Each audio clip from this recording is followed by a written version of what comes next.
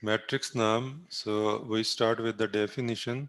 A matrix norm on the set of all n cross n matrices, which means square matrices, is a real valued function. Mean its value belong to set of real numbers. If A and B are two n cross n matrices, then matrix norm holds the following properties. So suppose we have taken these two matrices A and B. N cross n means square matrices. Then matrix norm must hold the following properties. Number one, matrix norm can never be negative. So matrix norm is always positive, mean greater than 0, and it can be equal to 0. And matrix norm can be equal to 0 if and only if the matrix itself is 0 matrix. So if we have taken a 0 matrix, then its matrix norm could be 0, otherwise no. Number 3, a matrix norm can be multiplied with scalar alpha, for alpha belong to R, alpha is a real number, or we can say that if a matrix is multiplied with a real number alpha, so then it can be written as alpha into norm of matrix A. Number 4, so if we add two matrices A plus B and then take matrix norm, the value will be less than or equal to norm of matrix A plus norm of matrix B. It means norm of sum of two matrices can be less than norm of matrix A plus norm of matrix B. And the last one is that norm of product of matrices can be less than or equal to norm of matrix A into norm of matrix B. Okay, the example to compute the norm of matrix is, suppose we are given a matrix A is equal to 1, 2, minus 1, 0, 3, minus 1, 5, minus 1, 1, and we are to compute the matrix norm, infinite norm. We can compute as maximum of 4, 4, 7 is equal to 7. How we will compute this? And just take the first row, 1, 2, minus 1, absolute values 1 plus absolute value of 2 plus absolute value of minus 1.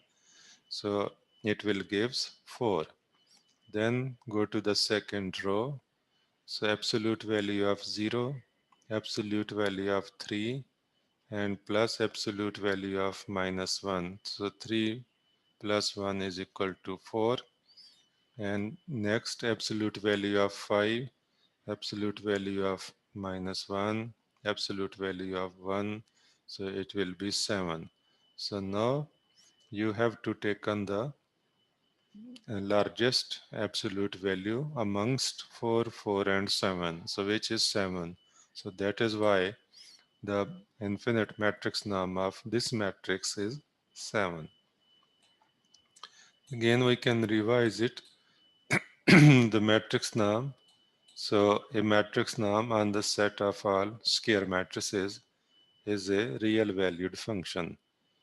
If A and B are two square matrices, then matrix norm holds the following properties. Number one, matrix norm is always positive and could be equal to 0.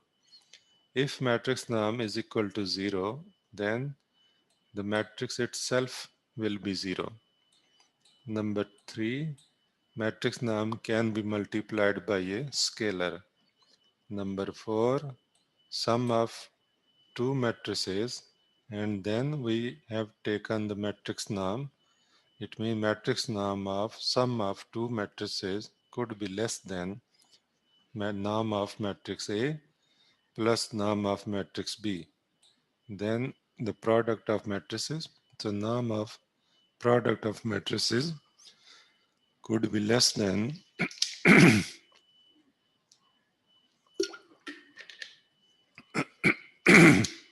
could be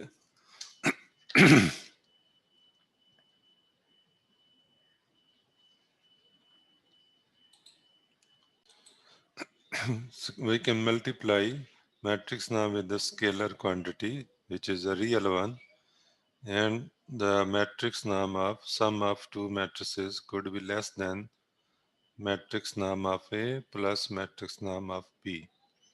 Then matrix name of product of matrices could be less than matrix name of A into matrix name of B. Next, so example is we have just studied this example. The next topic is unstable or ill-conditioned system. A system of equations Ax is equal to B whose solution is extremely sensitive to small changes in the coefficients matrix A or B is called ill-conditioned system. It is observed that even with the best available algorithm, the error due to round off is sometimes large. Because the problem itself may be very sensitive to the effects of small errors in the matrix A or in matrix B. An ill-conditioned system cannot be tested for the accuracy of the computed solution by substituting values of solution into equations. A system of equation is called stable if relatively small changes in the coefficients produce small changes in the solution vector.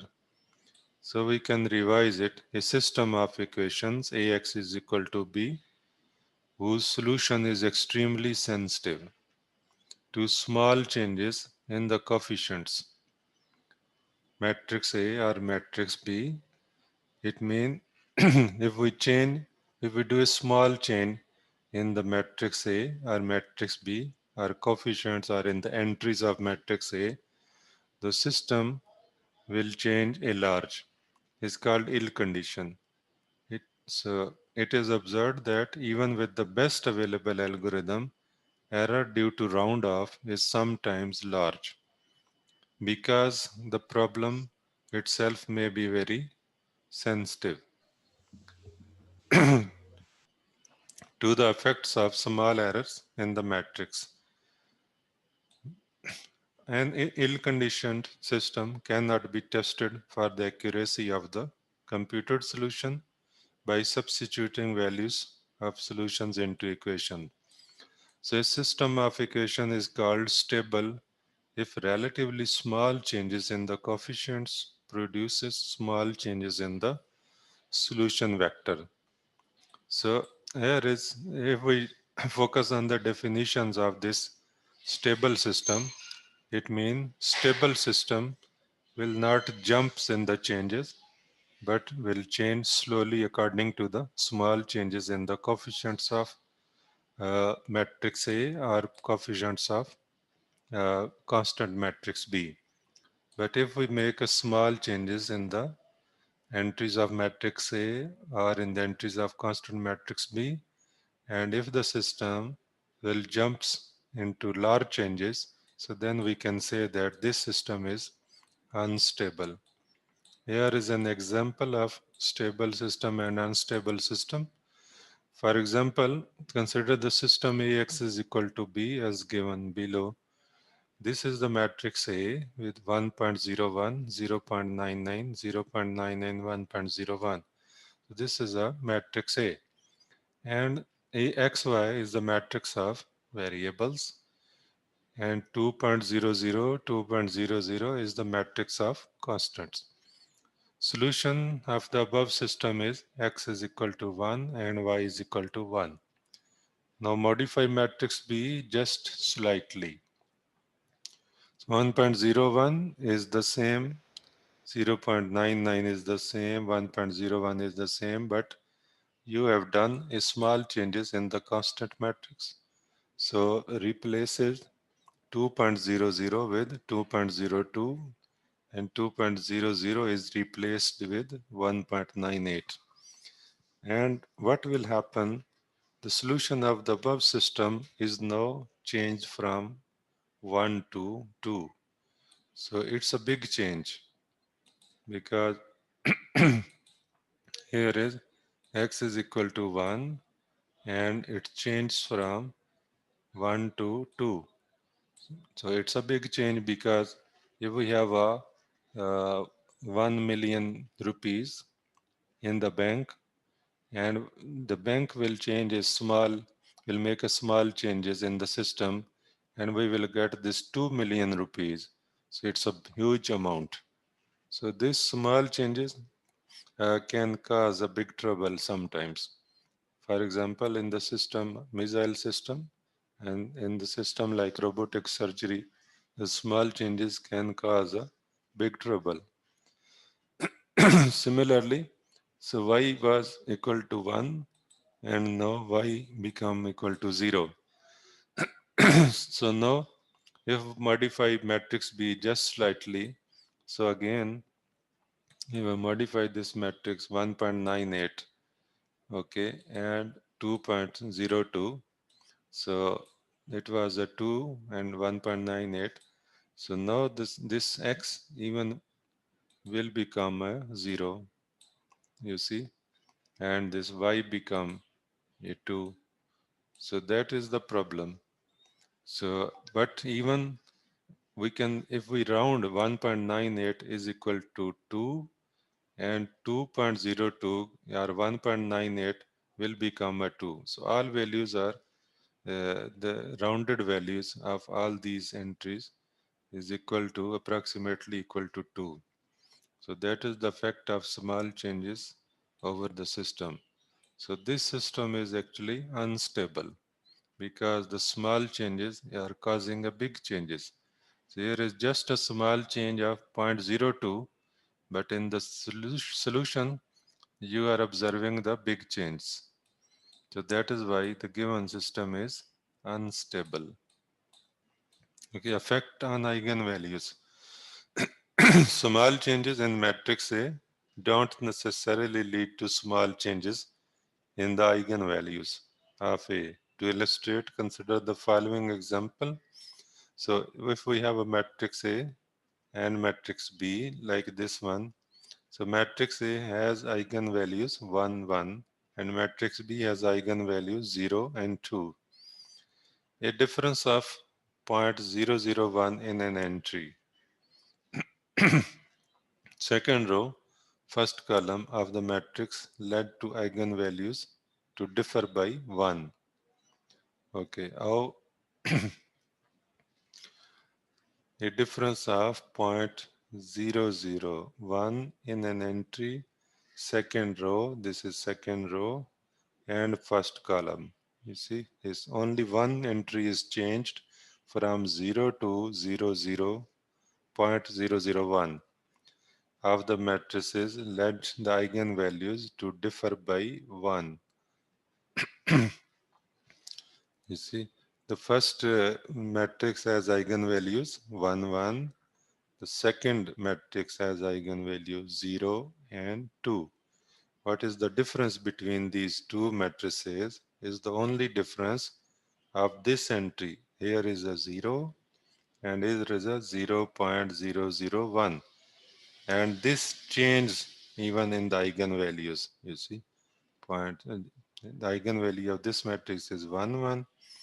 Eigenvalues of this matrix is 0 and 2. And thus, a change of 0.001 in one entry of matrix A led to 100% change in eigenvalues. Okay, because first it was 1 and now it becomes 2. First it was 1 and now it becomes 0. Okay, now if this matrix A uh, will be changed into another matrix B in, so thus a small entry 0 is changed to minus 0.001. So what will happen now?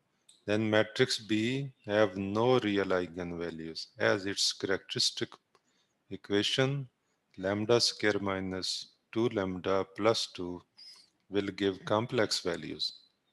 So you see, so what will happen if you make a small changes? So just a small change in this entry, 0 change to minus 0.001, and it has caused a big trouble and big problem. So give complex values even. So now we can make a remark. For symmetric matrices, small changes will generally not lead to large changes in eigenvalue. So if we have taken the matrix, symmetric matrix, okay, so then the small changes will generally not lead to large changes in eigenvalues. Okay, now how we can observe that whether this system will lead to unstable or stable. So condition number will give us an appropriate method. Let A be a non-singular matrix, then condition number of matrix A relative to a norm is denoted by K of A or condition of A and is calculated as condition of A is equal to norm of A multiplied by norm of inverse of A. So if condition number is close to 1, then the system is well conditioned and stable. Otherwise, system is ill-conditioned or unstable. If condition number of A is significantly larger than 1, for example, consider the matrix. So first matrix is 2, 1, 2, 1.01, and the inverse of this matrix is 50.5 minus 50 minus 100 and 100. So norm of this matrix is 4 and norm of this matrix is 50.5. Condition of A is equal to condition number of A is 602. It's a larger values, and there is a big difference between 1 and 602. So that is why the given system is ill conditioned. So if a condition number is not close to 1, so then the system is ill conditioned. So that is the way to know rapidly whether the given system is ill conditioned or not. So if the condition number is not close to 1, the system is ill conditioned. The second example, determine the condition number of the matrix given below. So again, we have taken the matrix A. Okay, matrix A is equal to 1 to 1.0001, 2, and then solution is first will calculate inverse of this matrix. A inverse is equal to minus 10,000, 10,000, and this 5,000.5 minus 5,000 is the inverse of the matrix A. And then we will compute the norm, matrix norm, infinite norm, and maximum 1 plus 2 because it has two entries in the first row. So first row is 1 and 2. So 1 plus 2. So then the second entry 1.00012, 1.00001 plus 2. And this 1 plus 2 is 3. 1.00001 plus 2 is 3.0001, and which is the maximum value is 3.001. So that is the norm of the first matrix. And the norm of the second matrix is minus 1000. The absolute value will be 1000 plus 1000 will be uh, 10,000, 10,000 will be 20,000, and then 5,000.5 plus 5,000 will be 10,000.5. So which is the maximum value is 20,000. So the norm of inverse of the matrix is 20,000. And now if you just multiply these two norms, you will get 60002.000, which is greater than 1. So it means the system is ill conditioned.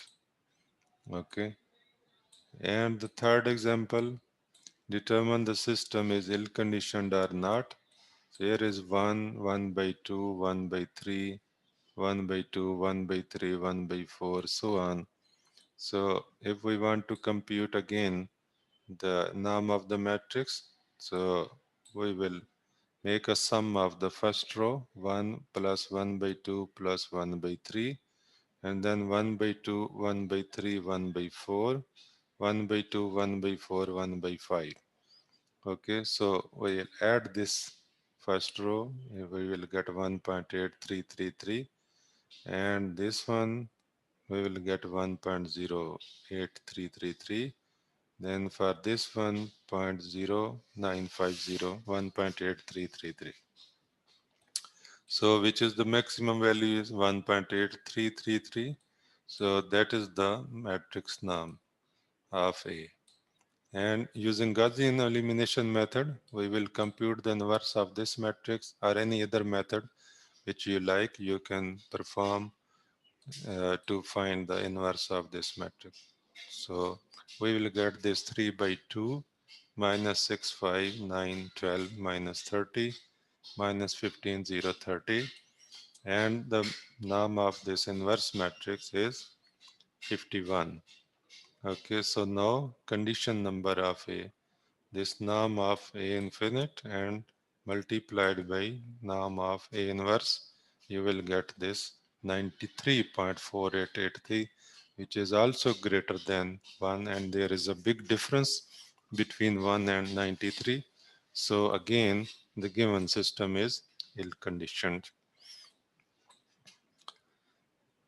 So next is the exercise you can try with this one, dominant and the least eigenvalues, and performing 17 iteration dominant eigenvalues. This I can send you.